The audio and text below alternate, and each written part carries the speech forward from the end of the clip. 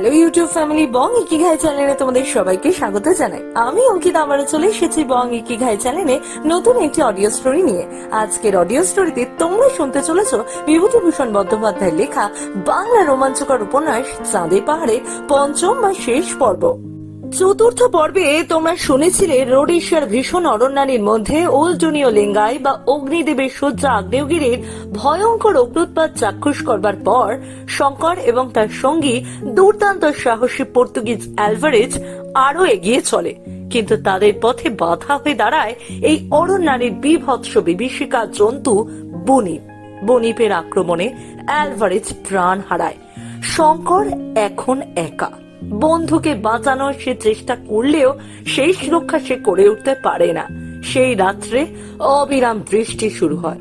বন্ধুর মৃতদেহকে পাশে নিয়ে বন্দুক ধরে তাঁবুর মধ্যে সে ঠায় বসে থাকে। যদি বুনিপ আসে তাহলে সে বুনিপকে মেরে ফেলবে। সে রাত সে কখনো ভুলতে পারবে না, কিন্তু তাকে তো এই অচেনা অজানা অরণ্যানী পার্বত্য অঞ্চল থেকে প্রাণ নিয়ে বেঁচে ফিরতে হবে। সে অ্যালভারেজের মুখ থেকে সলসবেরি নামটা বহুবার শুনেছিল। দক্ষিণ রোডেশিয়ার রাজধানী সলসবেরি।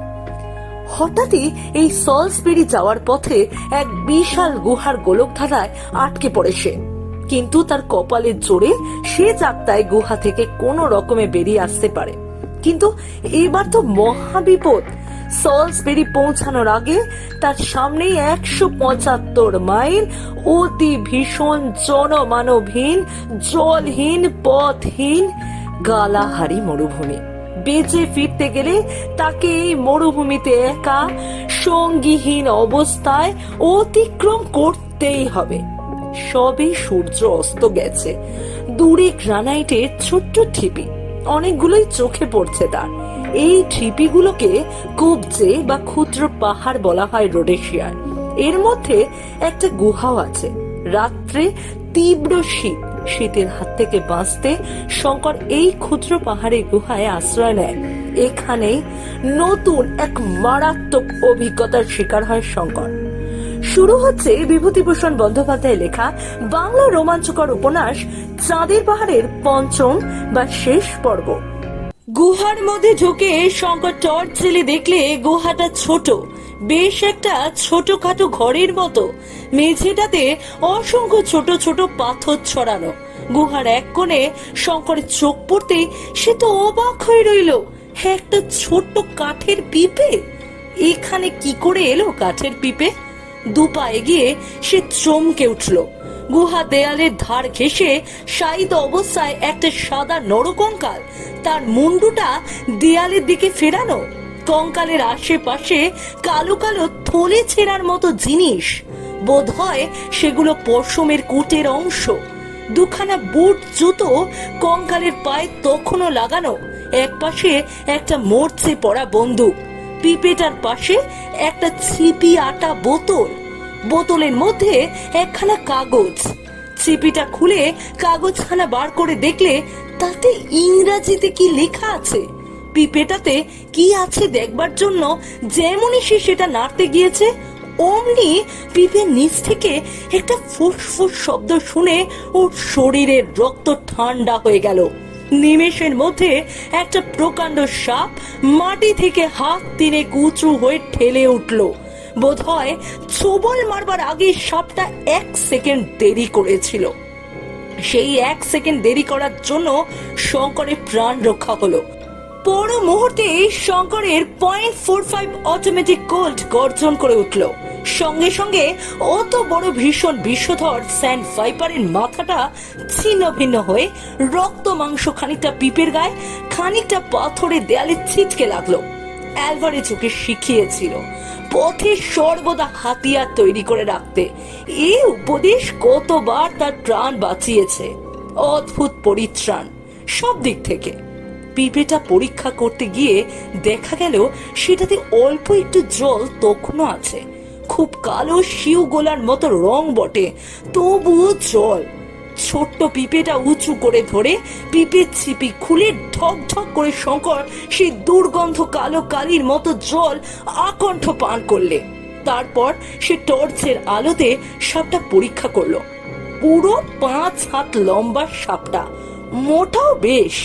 এ ধরনের সাপ মরুভূমির বালির মধ্যে লুকিয়ে শুধু মুন্ডুটা ওপরে তুলে থাকে। অতি মারাত্মক রকমের বিষাক্ত সাপ। এইবার বোতলের মধ্যে কাগজখানা খুলে মন দিয়ে পড়লে, যে ছোট্ট পেন্সিল দিয়ে এটা লেখা হয়েছে বোতলের মধ্যে সেটাও পাওয়া গেল। কাগজখানাতে লেখা আছে, আমার মৃত্যু নিকট, আজই আমার শেষ রাত্রি। যদি আমার মরণের পর কেউ এই ভয়ঙ্কর মরুভূমির পথে যেতে যেতে এই গুহাতে আশ্রয় গ্রহণ করেন, তবে সম্ভবত এই কাগজ তার হাতে পড়বে। আমার গাধাটা 2 দিন আগে মরুভূমির মধ্যে মারা গিয়েছে। 1 পিপে জল তার পিঠে ছিল, সেটা আমি এই গুহার মধ্যে নিয়ে এসে রেখে দিয়েছি। যদিও জ্বরে আমার শরীর অবসন্ন, মাথা তুলবার শক্তি নেই, তার ওপর অনাহারে শরীর আগে থেকেই দুর্বল।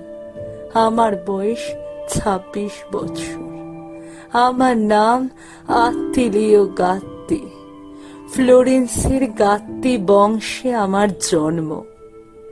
বিখ্যাত নাবিক রিওলিনো কাভালকান্তি গাত্তি, যিনি লোপান্টো যুদ্ধে তুর্কিদের সঙ্গে লড়েছিলেন, তিনি আমার একজন পূর্বপুরুষ। রোম ও পিসা বিশ্ববিদ্যালয়ে উচ্চশিক্ষা লাভ করেছিলাম, কিন্তু শেষ পর্যন্ত ভবঘুরে হয়ে গেলাম সমুদ্রের নেশায়, যা আমাদের বংশগত নেশা। ডাচ ইন্ডিজ যাওয়ার পথে পশ্চিম আফ্রিকার উপকূলে জাহাজ ডুবি হলো। আমরা 7 জন লোক অতি কষ্টে ডাঙা পেলাম। ঘোর জঙ্গলময় অঞ্চল আফ্রিকার এই পশ্চিম উপকূল। জঙ্গলের মধ্যে শিফু জাতির এক গ্রামে আমরা আশ্রয় নিই এবং প্রায় 2 মাস সেখানেই থাকি। এখানে দৈবাত এক প্রকাণ্ড অদ্ভুত হীরের খনির গল্প শুনলাম। পূর্ব দিকে এক প্রকাণ্ড পর্বত ও ভীষণ অরণ্য অঞ্চলে নাকি এই হীরার খনি অবস্থিত। আমরা 7 জন ঠিক করলাম এই হীরের খনি যে করেই হোক বার করতেই হবে। আমাকে ওরা দলের অধিনায়ক করলে। তারপর আমরা দুর্গম জঙ্গল ঠেলে চললাম সেই সম্পূর্ণ অজ্ঞাত পার্বত্য অঞ্চলে। সে গ্রামের কোনো লোক পথ দেখিয়ে দিতে নিয়ে যেতে রাজি হলো না। তারা বলে তারা কখনো সে জায়গায় যায়নি, কোথায় তা জানে না। বিশেষত এক উপদেবতা নাকি সে বনের রক্ষক। সেখান থেকে হীরে নিয়ে কেউ আসতে পারবে না। আমরা দমবার পাত্র নই। পথে যেতে যেতে ঘোর কষ্টে বেঘরে 2 জন সঙ্গী মারা গেল। বাকি 4 জন আরো অগ্রসর হতে চায় না। আমি দলের অধ্যক্ষ, গাত্তি বংশে আমার জন্ম। পিছু হটতে জানি না। যতক্ষণ প্রাণ আছে এগিয়ে যেতে হবে এই জানি। আমি ফিরতে চাইলাম না, শরীর ভেঙে পড়তে চাইছে। আজ রাতে আসবে সে নিরবয়ব মৃত্যুদূত। বড় সুন্দর আমাদের ছোট্ট হ্রদ সেরিনো লাগ্রানো, ওরই তীরে আমার পৈতৃক প্রাসাদ কাস্টলি রিওলিনি। অত দূর থেকেও আমি সেরিনো লাগ্রানোর তীরবর্তী কমলা লেবুর বাগানের লেবু ফুলের সুগন্ধ পাচ্ছি। ছোট্ট যে গির্জাটি পাহাড়ের নিচে, তার রূপোর ঘন্টার মিষ্টি আওয়াজ পাচ্ছি। না, এসব কি আবল তাবল লিখছি জ্বরের ঘোরে। আসল কথাটা বলি, কতক্ষণই বা লিখবো? আমরা সে পর্বতমালা, সে মহাদুর্গম অরণ্যে গিয়েছিলাম, সেখানে বার করেছিলাম যে নদীর তীরে হিরে পাওয়া যায়। এক বিশাল ও অতি ভয়ানক গুহার মধ্যে সে নদীর উৎপত্তি স্থান। আমি সে গুহার মধ্যে ঢুকে এবং নদীর জলের তীরে ও জলের মধ্যে পাথরের নুড়ির মতো অজস্র হিরে ছড়ানো দেখতে পাই। প্রত্যেকটি নুড়ি টেট্রাহেড্রন ক্রিস্টাল, স্বচ্ছ ও হরিদ্রাভ। লন্ডন ও আমস্টারডামের বাজারে এমন হিরে নেই। এই অরণ্য ও পর্বতে সে উপদেবতাকে আমি এই গুহার মধ্যে দেখেছি, ধুনোর কাঠের মশালের আলোয়, দূর থেকে আবছায়া ভাবে। সত্যি ভীষণ তার চেহারা। জ্বলন্ত মশাল হাতে ছিল বলে সেদিন আমার কাছে সে ঘেঁষেনি। এই গুহাতে সে সম্ভবত বাস করে। হীরের খনির সে রক্ষক। এই প্রবাদের সৃষ্টি সেই জন্যই বোধহয় হয়েছে। কিন্তু কি কুক্ষণে হীরের সন্ধান পেয়েছিলাম এবং কি কুক্ষণে সঙ্গীদের কাছে তা প্রকাশ করেছিলাম। ওদিন নিয়ে আবার যখন সে গুহায় ঢুকে হীরের খনি খুঁজে পেলাম না। একে ঘোর অন্ধকার, মশালের আলোয় সে অন্ধকার দূর হয় না। তার উপরে বহুমুখী নদী, কোন স্রোতটার ধারা হীরের রাশির ওপর দিয়ে বইছে, কিছুতেই আর বার করতে পারলাম না।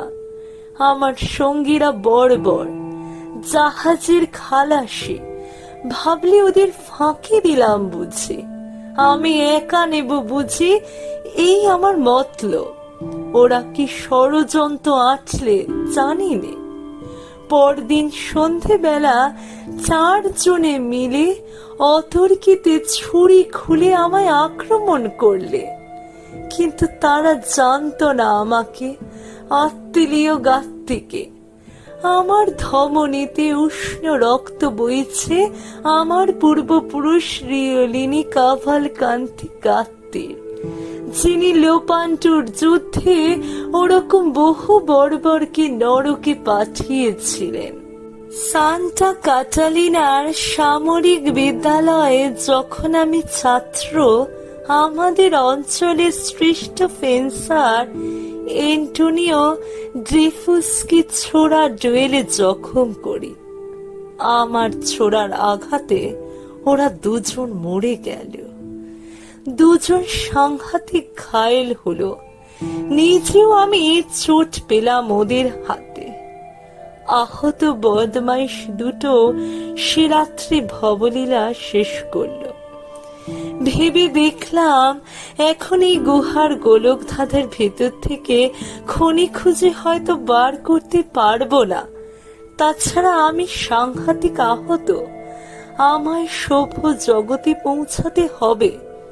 পূর্ব দিকের পথে ডাচ উপনিবেশে পৌঁছাবো বলে রওনা হয়েছিলাম, কিন্তু এ পর্যন্ত এসে আর অগ্রসর হতে পারলাম না।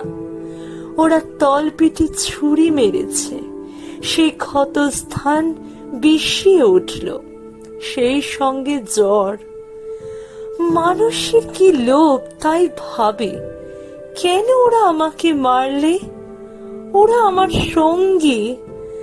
একবার তো ওদের ফাঁকি দেওয়ার কথা আমার মনে আসেনি। জগতের সর্বশ্রেষ্ঠ হীরকখনির মালিক আমি, কারণ নিজের প্রাণ বিপন্ন করে তা আমি আবিষ্কার করেছি। যিনি আমার এই লেখা পড়ে বুঝতে পারবেন, তিনি নিশ্চয়ই সভ্য মানুষ ও খ্রিস্টান। তার প্রতি আমার অনুরোধ, আমাকে তিনি যেন খ্রিস্টানের উপযুক্ত কবর দেন। এই অনুগ্রহের বদলে এই খনির সত্তা আমি তাকে দিলাম। রানী সেবার ধন ভাণ্ডারও এই খনির কাছে কিচ্ছু নয়। প্রাণ গেল যাক, কি করব? কিন্তু কি ভয়ানক মরুভূমি! একটা ঝিঝি পোকার ডাক পর্যন্ত নেই কোনো দিকে। এমন সব জায়গাও থাকে পৃথিবীতে। আমার আজ কেবলই মনে হচ্ছে পপলার ঘেরা সিরিনা লাগানো হ্রদ আর দেখতে পাবো না। তার ধারে যে 14-10 শতাব্দীর গির্জাটি, তার সেই বড় রূপোর ঘন্টার পবিত্র ধ্বনি, পাহাড়ের উপরে আমাদের যে প্রাচীন প্রাসাদ কাস্টরি রিওলিনি মর্দির দুর্গের মতো দেখায়। দূরে আম্রিয়ার সবুজ মাঠ, নদী বয়ে যাচ্ছে। যাক, আবার কি পোলাপ বকছে। গুহা দুয়ারে বসে আকাশে অগণিত তারা প্রাণ ভরে দেখছে। শেষবারের জন্য সাধু ফ্রাঙ্কোর সে সৌরস্তত্ব মনে পড়ছে।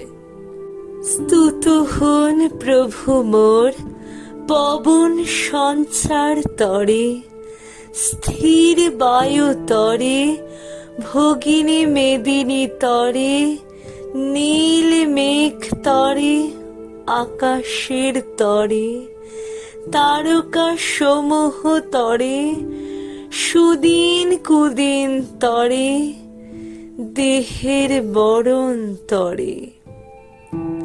আর একটা কথা, আমার 2 পায়ের জুতোর মধ্যে 5খানা বড় হিরে লুকোনো আছে। তোমায় তা দিলাম হে অজানা পথিক বন্ধু। আমার শেষ অনুরোধটি ভুলো না। জননী মেরি তোমার মঙ্গল করুন। কমান্ডার আত্মীয় গাত্তি, 1880 সাল, সম্ভবত মার্চ মাস। হতভাগ্য যুবক, তার মৃত্যুর পরে সুদীর্ঘ 30 বছর কেটে গিয়েছে। এই 30 বছরের মধ্যে এ পথে হয়তো কেউ যায়নি, গেলেও গুহার মধ্যে ঢোকেনি। এতকাল পরে তার চিঠিখানা মানুষের হাতে পড়লো। আশ্চর্য এই যে কাঠের পিপিটাতে 30 বছর পরেও জল ছিল কি করে। কিন্তু কাগজখানা পড়ে শঙ্করের মনে হলো এই লেখায় বর্ণিত ওইটি সেই গুহা। সে নিজে যেখানে পথ হারিয়ে মারা যেতে বসেছিল। তারপরে সে কৌতূহলের সঙ্গে কঙ্কালের পায়ের জুতোর টান দিয়ে খসাতে 5খানা বড় বড় পাথর বেরিয়ে পড়লো। এই অবিকল সেই পাথরের নুড়ির মতো, যা এক পকেট কুড়িয়ে অন্ধকারে গুহার মধ্যে সে পথ চিহ্ন করেছিল এবং যার একখানা তার কাছে এখনো রয়েছে। এ পাথরের নুড়ি তো সে রাশি রাশি দেখেছে গুহার মধ্যে, সেই অন্ধকারময়ী নদীর জলস্রোতের নিচে এবং তার 2 তীরে। কে জানতো যে হিরে খনি খুঁজতে সে ও অ্যালভারেজ 7 সমুদ্র 13 নদী পার হয়ে এসেছে। 6 মাস ধরে রিক্টাসভেল পার্বত্য অঞ্চলে ঘুরে ঘুরে হয়রান হয়ে গিয়েছে। এমন সম্পূর্ণ অপ্রত্যাশিত ভাবে সে সেখানে গিয়ে পড়বে। হিরে যে এমন রাশি রাশি পড়ে থাকে পাথরের নুড়ির মতো, তাই বা কে ভেবেছিল? আগে এসব জানা থাকলে পাথরের নুড়ি সে 2 পকেট পরে কুড়িয়ে বাইরে নিয়ে আসতো। কিন্তু তার চেয়েও খারাপ কাজ হয়ে গিয়েছে যে সে রত্নখনির গুহা যে কোথায়, কোন দিকে, তার কোনো নকশা করে আনেনি বা সেখানে কোনো চিহ্ন রেখে আসেনি, যাতে আবার সেটা খুঁজে বার করে নিতে পারে। সে সুবিস্তীর্ণ পর্বত অরণ্য অঞ্চলের কোন জায়গায় সেই গুহাটা দৈবাক সে দেখেছিল, তা কি তার ঠিক আছে, না ভবিষ্যতে সে আবার সেই জায়গা বার করতে পারবে? এ যুবকও তো কোনো নকশা করেনি। কিন্তু এ সাংঘাতিক আহত হয়েছিল রত্নখনি আবিষ্কার করার পরে। এর ভুল হওয়া খুব স্বাভাবিক। হয়তো এ যা বার করতে পারত নকশা না দেখে, সে তা পারবে না। হঠাৎ অ্যালভারেজের মৃত্যুর পূর্বের কথা শঙ্করের মনে পড়ল। সে বলেছিল, চলো যাই শঙ্কর, গুহার মধ্যে রাজার ভান্ডার লুকানো আছে। তুমি দেখতে পাচ্ছ না, আমি দেখতে পাচ্ছি। শঙ্কর তারপরে গুহার মধ্যে নরকঙ্কালটা সমাধিস্থ করলে পিপেটা ভেঙে ফেলে তারই দুখানা কাঠে মরচে পড়া পেরেক ঠুকে ক্রুশ তৈরি করলো ও সমাধির ওপর সেই ক্রুশটা পুঁতে দিল। এছাড়া খ্রিস্ট ধর্মাচারীকে সমাধিস্থ করার অন্য কোনো রীতি তার জানা নেই। তারপরে সে ভগবানের কাছে প্রার্থনা করলো এই মৃত যুবকের আত্মার শান্তির জন্য। এসব শেষ করতে সারাটা দিন কেটে গেল। রাতে বিশ্রাম করে পরদিন আবার সে রওনা হলো। কঙ্কালের চিঠিখানা ও হিরেগুলি যত্ন করে সঙ্গে নিল। তবে তার মনে হয় এই অভিশপ্ত হীরের খনির সন্ধানে যে গিয়েছে সে আর ফেরেনি। আত্মীয় গাত্তি ও তার সঙ্গীরা মরেছে, জিম কার্টার মরেছে, অ্যালভারেজ মরেছে, এর আগেই বা কত লোক মরেছে। তা কি ঠিক আছে? এইবার তার পালা। এই মরুভূমিতেই তার শেষ, এই বীর ইটালিয়ান যুবকের মতো। দুপুরের রোদে যখন দিক দিগন্তে আগুন জ্বলে উঠল, একটা ছোট্ট পাথরের ঢিপির আড়ালে সে আশ্রয় নিলে। 135 ডিগ্রি উত্তাপ উঠেছে তাপমান যন্ত্রে। রক্ত মাংসের মানুষের পক্ষে এই উত্তাপে পথ হাঁটা চলে না।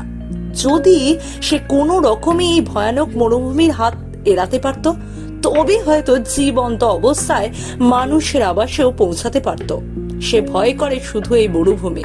সে জানে কালাহারি মরু বড় বড় সিংহের বিচরণ ভূমি। তার হাতে রাইফেল আছে। রাত দুপুরে একা যতই বড় সিংহ হোক, সম্মুখীন হতে সে ভয় করে না। কিন্তু ভয় হয় তৃষ্ণা রাক্ষসীকে। তার হাত থেকে পরিত্রাণ নেই। দুপুরে সে দুবার মরীচিকা দেখলে। এতদিন মরুপথে আসতেও এই আশ্চর্য নৈসর্গিক দৃশ্য দেখেনি। বইয়ে পড়েছিল মরীচিকার কথা। একবার উত্তর পূর্ব কোণে, একবার দক্ষিণ পূর্ব কোণে। দুই মরীচিকায় কিন্তু প্রায় একরকম, অর্থাৎ একটা বড় গম্বুজওয়ালা মসজিদ বা গির্জা, চারপাশে খেজুর কুঞ্জ, সামনে বিস্তৃত জলাশয়। উত্তর পূর্ব কোণের মরীচিকাটা বেশি স্পষ্ট। সন্ধ্যার দিকে দূর দিগন্তে মেঘমালার মতো পর্বতমালা দেখা গেল। শঙ্কর নিজের চোখকে বিশ্বাস করতে পারলে না। পূর্ব দিকে একটাই মাত্র বড় পর্বত, এখান থেকে দেখতে পাওয়া সম্ভব। দক্ষিণ রোডেশিয়ার প্রান্তবর্তী চিমানিমানি পর্বতমালা। তাহলে কি বুঝতে হবে যে সে বিশাল কালাহারি পদব্রজে পার হয়ে প্রায় শেষ করতে চলেছে, নাকি এও মরীচিকা? কিন্তু রাত 10টা পর্যন্ত পথ চলেও জ্যোৎস্না রাতে সে দূর পর্বতের সীমারেখা তেমনি স্পষ্ট দেখতে পেল। অসংখ্য ধন্যবাদ হে ভগবান, মরীচিকা নয়। তবে জ্যোৎস্না রাতে কেউ কখনো মরীচিকা দেখেনি। তবে কি প্রাণের আশা আছে? আজ পৃথিবীর বৃহত্তম রত্নখনির মালিক সে। নিজের পরিশ্রমী ও দুঃসাহসের বলে সে তার সত্য অর্জন করেছে। দরিদ্র বাংলা মায়ের বুকে সে যদি আজ বেঁচে ফেরে। দুদিনের দিন বিকেলে সে এসে পর্বতের নিচে পৌঁছালো। তখন সে দেখলে পর্বত পার হওয়া ছাড়া ওপারে যাওয়ার কোনো সহজ উপায় নেই। নইলে 25 মাইল মরুভূমি পাড়ি দিয়ে পর্বতের দক্ষিণ প্রান্ত ঘুরে আসতে হবে। মরুভূমির মধ্যে সে আর কিছুতেই যেতে রাজি নয়। সে পাহাড় পার হয়েই যাবে। এখানে সে প্রকাণ্ড একটা ভুল করলে। সে ভুলে গেল যে 12,500 ফুট একটা পর্বতমালা ডিঙিয়ে ওপারে যাওয়া সহজ ব্যাপার নয়। রিক্টাসভেল্ড পার হওয়ার মতোই শক্ত, তার চেয়েও শক্ত, কারণ সেখানে অ্যালভারেজ ছিল, এখানে সে একা। শঙ্কর ব্যাপারে গুরুত্বটা বুঝতে পারলে না। ফলে চিমানিমানি পর্বত উত্তীর্ণ হতে গিয়ে প্রাণ হারাতে বসলো। ভীষণ প্রজ্বলন্ত কালাহারি পার হতে গিয়েও সে এমন ভাবে নিশ্চিত মৃত্যুর সম্মুখীন হয়নি। চিমানিমানি পর্বতের জঙ্গল খুব বেশি ঘন নয়। শঙ্কর প্রথম দিন অনেকটা উঠল, তারপর একটা জায়গায় গিয়ে পড়ল। সেখান থেকে কোনো দিকে যাওয়ার উপায় নেই। কোন পথটা দিয়ে উঠেছিল সেটাও আর খুঁজে পেল না। তার মনে হলো যে সমতল ভূমি যে জায়গাটা দিয়ে উঠেছিল তার 30 ডিগ্রি দক্ষিণে চলে এসেছে। কেন যে এমন হলো এর কারণ কিছুতেই সে বার করতে পারলে না।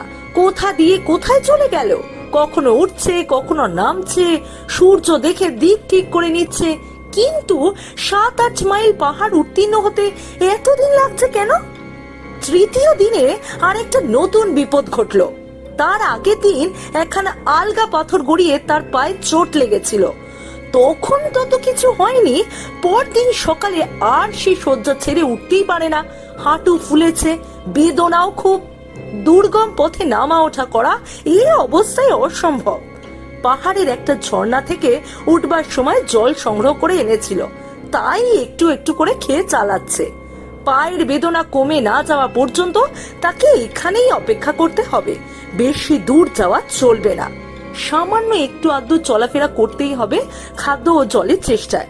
পাহাড়ের এই স্থানটা যেন খানিকটা সমতল ভূমির মতো, তাই রক্ষে। এই সব অবস্থায় এই মনুষ্যবাসীন পাহাড়ের বিপদ তো পদে পদে। একা এই পাহাড় টপকাতে গেলে যে কোনো ইউরোপীয় পর্যটকেরও ঠিক এইরকম বিপদ ঘটতে পারত। শঙ্কর আর পারে না। ওর হৃৎপিণ্ডে কি একটা রোগ হয়েছে। একটু হাঁটলেই ধরাছড়স করে হৃৎপিণ্ডটা পাঁজরায় ধাক্কা মারে। অমানসিক পথশ্রমে, দুর্ভাবনায়, অখাদ্য কুখাদ্য খেয়ে, কখনো বা অনাহারের কষ্টে ওর শরীরে কিচ্ছু নেই। চতুর্থ দিনে সন্ধ্যাবেলা অবসন্ন দেহে সে একটা গাছের তলায় আশ্রয় নিলে। খাদ্য নেই গতকাল থেকে। রাইফেল সঙ্গে আছে, কিন্তু একটা বন্য জন্তুরও তো দেখা নেই। দুপুরে একটা হরিণকে চড়তে দেখে ভরসা হয়েছিল, কিন্তু রাইফেলটা তখন ছিল 50 গজ তফাতে একটা গাছে ঠেস দেয়া। আনতে গিয়ে হরিণটা পালিয়ে গেল। জল খুব সামান্যই আছে চামড়ার বোতলে। এ অবস্থায় নেমে সে ঝর্ণা থেকে জল আনবেই বা কি করে? হাঁটুটা আরো ফুলেছে। বেদনা এত বেশি যে একটু চলাফেরা করলেই মাথা শির পর্যন্ত ছিঁড়ে পড়ে যন্ত্রণায়। পরিষ্কার আকাশের নিচে জলকণা শূন্য বায়ুমণ্ডলের গুণে অনেক দূর পর্যন্ত স্পষ্ট দেখা যাচ্ছে। দিক চক্রবালে মেঘলা করে ঘিরেছে নীল পর্বতমালা দূরে দূরে। দক্ষিণ পশ্চিমে দিগন্ত বিস্তীর্ণ কালাহারি, দক্ষিণে ওয়াহুকুহক পর্বত, তারও অনেক পিছনে মেঘের মতো দৃশ্যমান পল ক্রুগার পর্বতমালা। সলসবেরির দিকে কিচ্ছু দেখা যায় না। চিমানিমানি পর্বতের এক উচ্চতর শৃঙ্গ সেদিকে দৃষ্টি আটকেছে। আজ দুপুর থেকে ওর মাথার উপর শকুনির দল উঠছে। এতদিন এত বিপদেও শঙ্করের যা হয়নি, আজ শকুনির দল মাথার উপর উঠতে দেখে সত্যি ওর ভয় হয়েছে। ওরা তাহলে কি বুঝেছে যে শিকার জোটবার বেশি দেরি নেই? সন্ধ্যার কিছু পরে কি একটা শব্দ শুনে চেয়ে দেখলে পাশেই শিলাখণ্ডের আড়ালে একটা ধূসর রঙের নেকড়ে বাঘ। নেকড়ে লম্বা ছুচালো কান দুটো খাড়া হয়ে আছে। সাদা সাদা দাঁতের ওপর দিয়ে রাঙা জিভটা অনেকখানি বার করে লক লক করছে। চোখে চোখ পড়তেই সেটা চট করে পাথরের আড়াল থেকে সরে দূরে পালালো। নেকড়ে বাঘটাও তাহলে কি বুঝেছে পশুরা নাকি আগে থেকে অনেক কথা জানতে পারে? হাড় ভাঙা শীত পড়ল রাতে। ও কিছু কাঠকুটো কুড়িয়ে আগুন জ্বালে।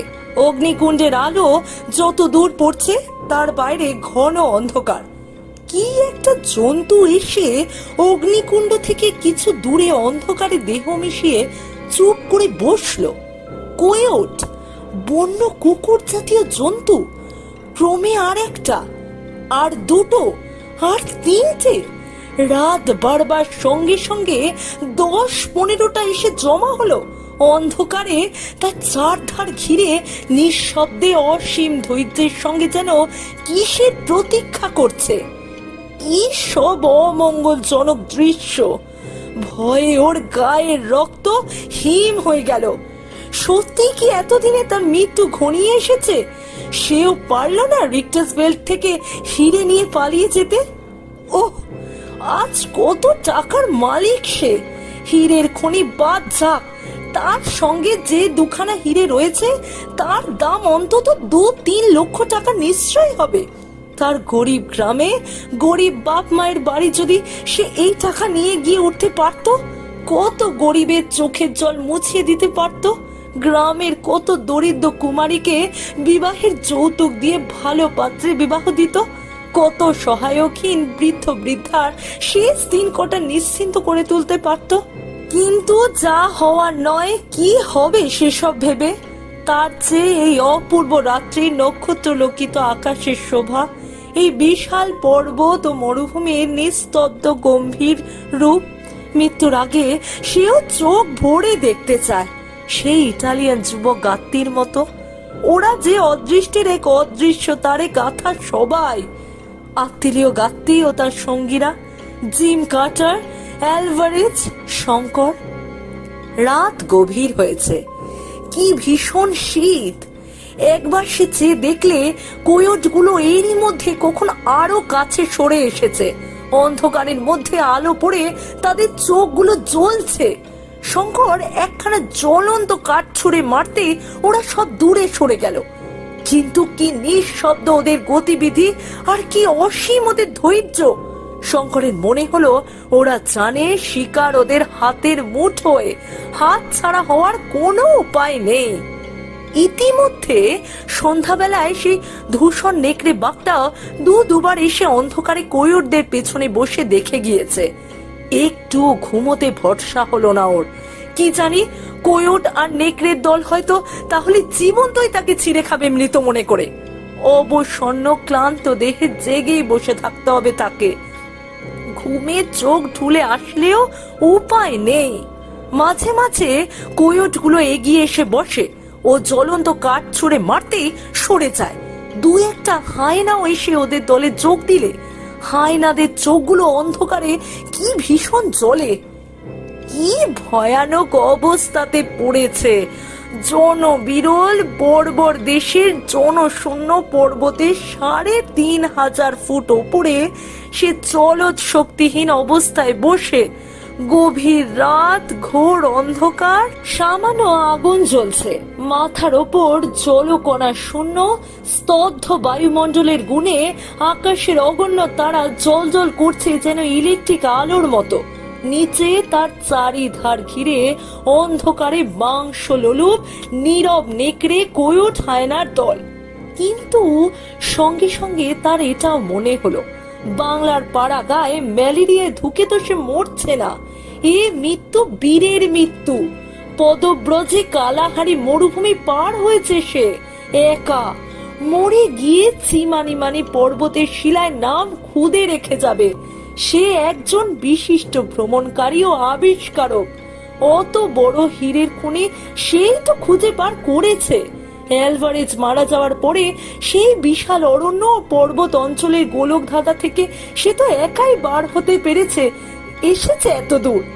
এখন সে নিরুপায়, অসুস্থ, চলৎ শক্তিরহিত। তবুও সে যুদ্ধছে। ভয় তো পায়নি, সাহস তো হারায়নি।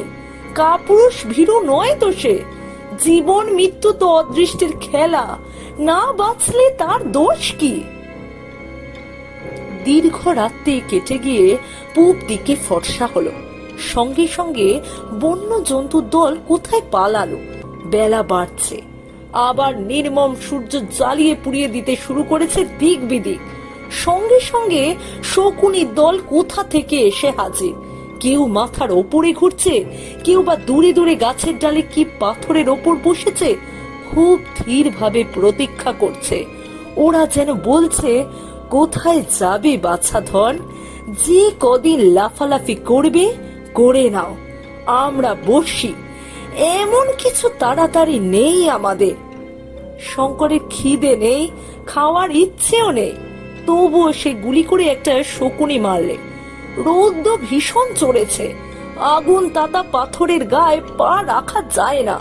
এ পর্বত মরুভূমির সামিল, খাদ্য এখানেও মেলে না, জলও না।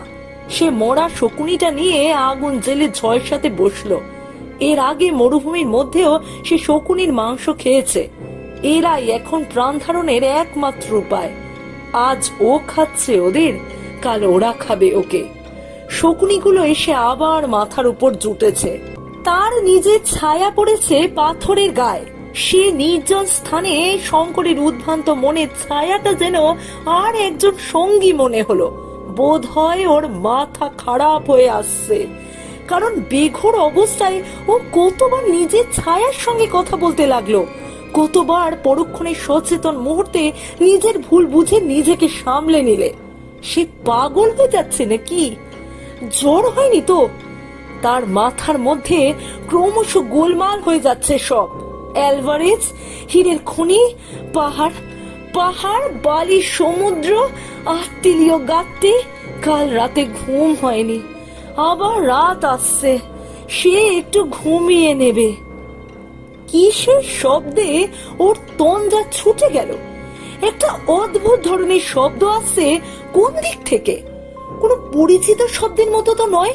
কিসের শব্দ, কোন দিক থেকে শব্দটা আসছে তাও বোঝা যায় না, কিন্তু ক্রমশ কাছে আসছে সেটা। হঠাৎ আকাশে দিকে শঙ্করের চোখ পড়তে সে অবাক হয়ে চেয়ে রইল। তার মাথার উপর দিয়ে আকাশের পথে বিকট শব্দ করে কি একটা জিনিস যাচ্ছে। ও কি এরোপ্লেন? সে বইয়ে ছবি দেখেছে বটে। এরোপ্লেন যখন ঠিক মাথার ওপর এলো, শঙ্কর চিৎকার করলো, কাপড় ওড়ালো, গাছের ডাল ভেঙে নাড়লো, কিন্তু কিছুতেই পাইলটের দৃষ্টি আকর্ষণ করতে পারলো না। দেখতে দেখতে এরোপ্লেন খানা সুদূরে ভায়োলেট রঙের পল ক্রুগার পর্বতমালার মাথার ওপর অদৃশ্য হয়ে গেল। হয়তো আরো এরোপ্লেন যাবে এই পথ দিয়ে। কি আশ্চর্য দেখতে এই এরোপ্লেন জিনিসটা। ভারতবর্ষে থাকতে সে একখানাও দেখেনি। শঙ্কর ভাবলে আগুন জ্বালিয়ে কাঁচা ডাল পাতা দিয়ে সে যথেষ্ট ধোঁয়া করবে। যদি আবার এ পথে যায়, পাইলটের দৃষ্টি আকৃষ্ট হবে ধোঁয়া দেখে। একটু সুবিধে হয়েছে। এরোপ্লেনের ওই বিকট আওয়াজে শকুনির দল কোন দিকে ভেগেছে যেন। সেদিন কাটলো। দিন কেটে রাত্রি হওয়ার সঙ্গে সঙ্গে শঙ্করের দুর্ভোগ শুরু হলো। আবার গত রাত্রির পুনরাবৃত্তি। সেই কোয়োটের দল আবার এলো। আগুনের চারধারে তারা আবার তাকে ঘিরে বসলো। নেকড়ে বাঘটা সন্ধ্যা হতে না হতে দূর থেকে একবার দেখে গেল। গভীর রাতে আর একবার এলো। কিসে ওদের হাত থেকে পরিত্রাণ পাওয়া যায়? আওয়াজ করতে ভরসা হয় না। টোটা মাত্র দুটি বাকি। টোটা ফুরিয়ে গেলে তাকে অনাহারে মরতে হবে। মরতে তো হবেই, তবে দুদিন আগে আর পরে। যতক্ষণ শ্বাস ততক্ষণ আশ। কিন্তু আওয়াজ তাকে করতেই হলো। গভীর রাতে হায়নাগুলো এসে কোয়রদের সাহস বাড়িয়ে দিলে তারা আরো এগিয়ে সরে এসে তাকে চার ধার থেকে ঘিরল। পোড়া কাঠ ছুঁড়ে মারলে আর ভয় পায় না। একবার একটু তন্দার মতো এসেছিল, বসে বসে ঢুলে পড়েছিল। পর মুহূর্তে সজাগ হয়ে উঠে দেখলে নেকড়ে বাঘটা অন্ধকার থেকে পা টিপে টিপে তার অত্যন্ত কাছে এসে পড়েছে। ওর ভয় হলো হয়তো ওটা ঘাড়ে ঝাঁপিয়ে পড়বে। ভয়ের চোটে একবার গুলি ছুড়লে, আর একবার শেষ রাতের দিকে ঠিক এইরকমই হলো। কোয়েটগুলো ধৈর্য অসীম। সেগুলো চুপ করে বসে থাকে মাত্র, কিচ্ছু বলে না। কিন্তু নেকড়ে বাঘটা ফাঁক খুঁজছে। রাত ফর্সা হওয়ার সঙ্গে সঙ্গে দুঃস্বপ্নের মতো অন্তর্হিত হয়ে গেল কোয়োট, হায়না ও নেকড়ের দল। সঙ্গে সঙ্গে শঙ্কর আগুনের ধারে শুয়ে ঘুমিয়ে পড়ল। কিসের একটা শব্দে শঙ্করের ঘুম ভেঙে গেল। খানিকটা আগে খুব বড় একটা আওয়াজ হয়েছে কোনো কিছুর। শঙ্করের কানে তার রেশ এখনো লেগে আছে। কেউ কি বন্দুকের আওয়াজ করেছে, কিন্তু তা অসম্ভব। এই দুর্গম পর্বতের পথে কোন মানুষ আসবে? একটি মাত্র টোটা অবশিষ্ট আছে। যা থাকে কপালে, মরেছেই তো। শঙ্কর ভাগ্যের ওপর নির্ভর করে সেটা খরচ করে একটা আওয়াজ করলে উত্তরে দুবার বন্দুকের আওয়াজ হলো। আনন্দে ও উত্তেজনায় শঙ্কর ভুলে গেল যে তার পা খোড়া, ভুলে গেল যে সে এক টানা বেশি দূর যেতে পারে না। তার আর টোটা নেই। সে আর বন্দুকের আওয়াজ করতে পারলে না, কিন্তু প্রাণপণে চিৎকার করতে লাগলো। গাছের ডাল ভেঙে নাড়তে লাগলো। আগুন জ্বালাবার কাঠকুটোর সন্ধানে চারিদিকে আকুল দৃষ্টিতে চেয়ে দেখতে লাগলো। ক্রুগার ন্যাশনাল পার্ক জরিপ করবার দল কিম্বারলি থেকে কেপ টাউন যাওয়ার পথে চিমানিমানি পর্বতের নিচে কালাহারি মরুভূমির উত্তর পূর্ব কোণে তাঁবু ফেলেছিল। সঙ্গে 7খানা ডবল টায়ার ক্যাটারপিলার চাকা বসানো মোটর গাড়ি। এদের দলে নিগ্রো কুলি ও চাকর বাকর বাদে 9 জন ইউরোপীয়। জন চারেক হরিণ শিকার করতে উঠেছিল চিমানিমানি পর্বতের প্রথম ও নিম্নতম থাকটাতে। হঠাৎ এই জনহীন অরণ্য প্রদেশে সভ্য রাইফেলের আওয়াজ শুনে ওরা বিস্মিত হয়ে উঠল।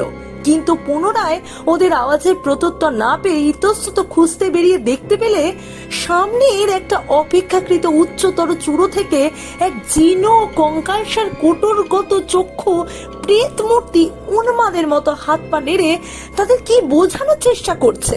তার পরনে ছিন্ন ভিন্ন অতি মলিন ইউরোপীয় পরিচ্ছদ। ওরা ছুটে গেল। শঙ্কর আবোল তাবোল কি বকলে, ওরা ভালো করে বুঝতে পারলে না। যত্ন করে ওকে নামিয়ে পাহাড়ের নিচে ওদের ক্যাম্পে নিয়ে গেল। ওর জিনিসপত্র নামিয়ে আনা হয়েছিল, ওকে বিছানায় শুয়ে দেয়া হলো।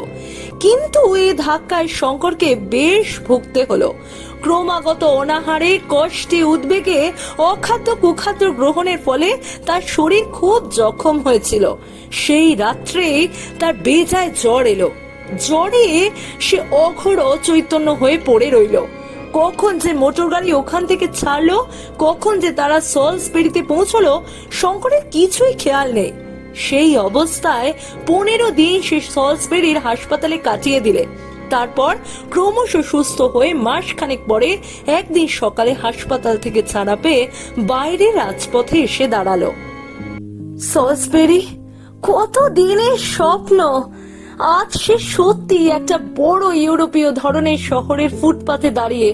বড় বড় বাড়ি, ব্যাংক, হোটেল, দোকান, পিচঢালা চওড়া রাস্তা, এক পাশ দিয়ে ইলেকট্রিক ট্রাম চলেছে। জুলো রিক্সাওয়ালা রিক্সা টানছে, কাগজওয়ালা কাগজ বিক্রি করছে। সবই যেন নতুন, যেন এইসব দৃশ্য জীবনে কখনো দেখেনি। লোকালয়ে তো এসেছে, কিন্তু সে একেবারে কপরদক শূন্য। এক পেয়ালা চা খাওয়ার পয়সাও তার নেই। কাছে একটা ভারতীয় দোকান দেখে তার বড় আনন্দ হলো। কতদিন যে দেখেনি স্বদেশবাসীর মুখ।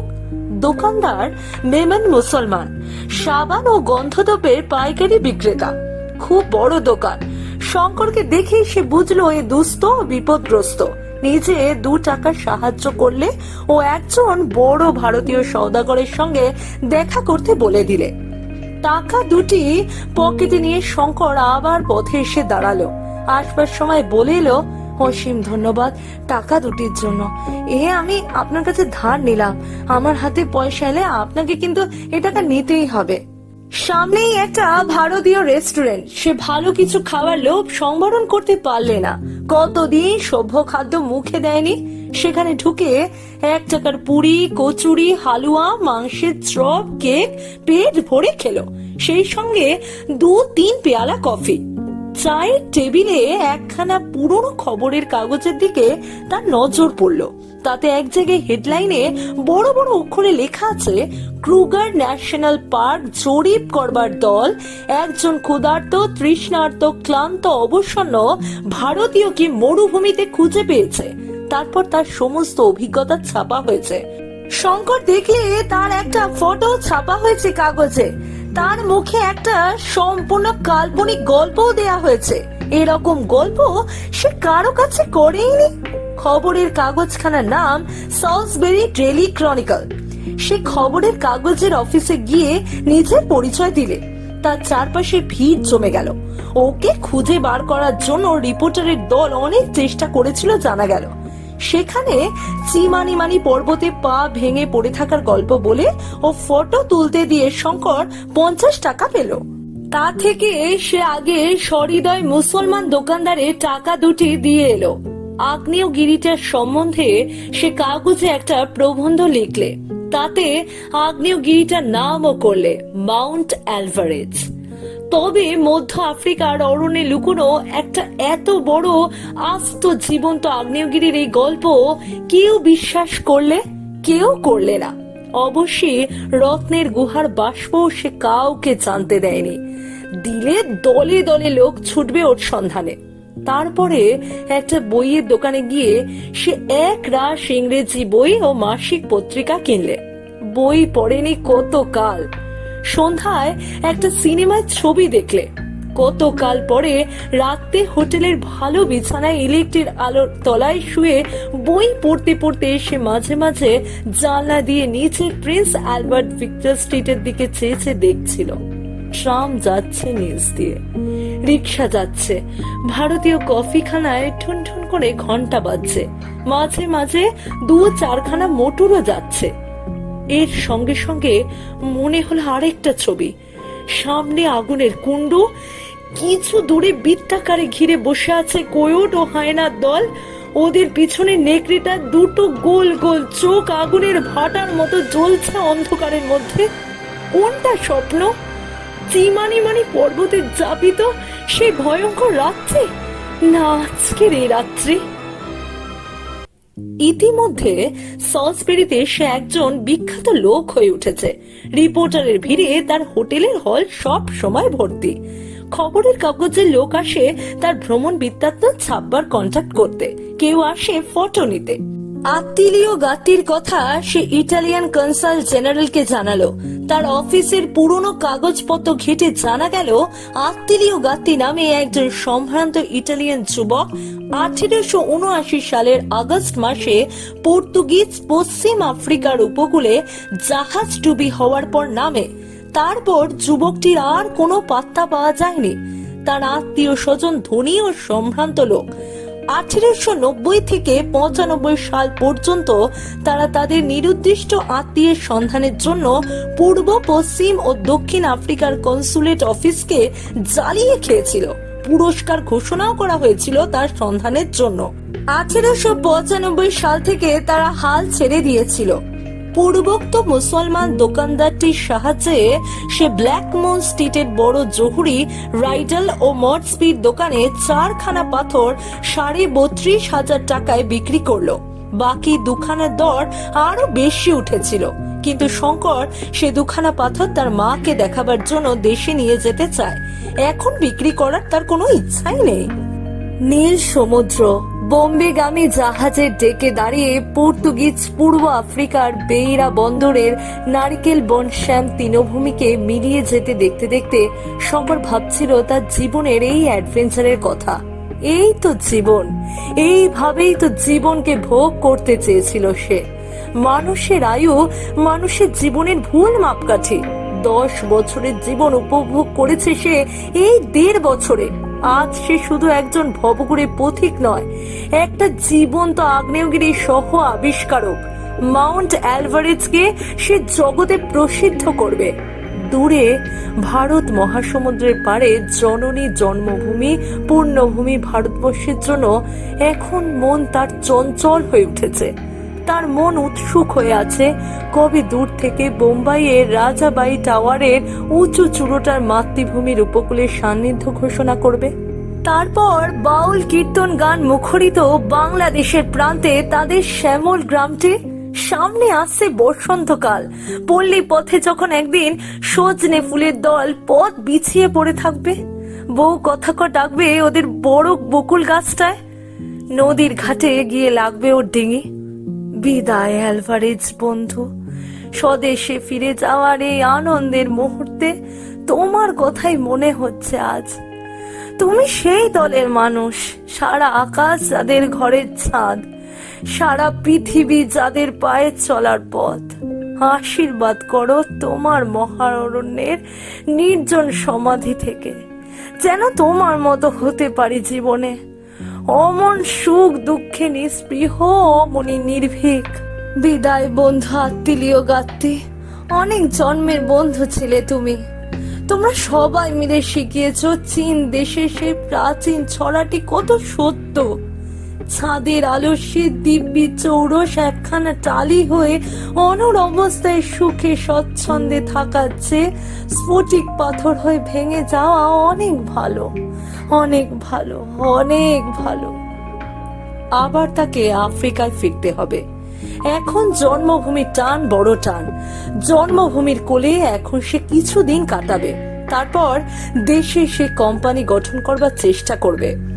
আবার সুদূর রিক্টাসভেল পর্বতে ফিরবে রত্নখনির অনুসন্ধানে।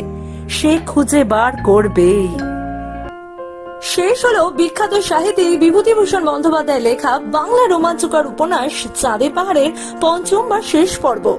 এই পর্বটি তোমাদের কেমন লাগলো তা কমেন্ট বক্সে অবশ্যই জানিও। যারা চাঁদের পাহাড়ের অন্যান্য পর্বগুলি শোনোনি তারা অবশ্যই একবার ডেসক্রিপশন বক্সে চেক করে নিও, সেখানে লিংক দেওয়া আছে, অথবা আই বাটনেও চেক করে নিতে পারো, ওখানেও লিংক দেওয়া আছে। লিংকে ক্লিক করে অন্যান্য পর্বগুলি শুনে নাও।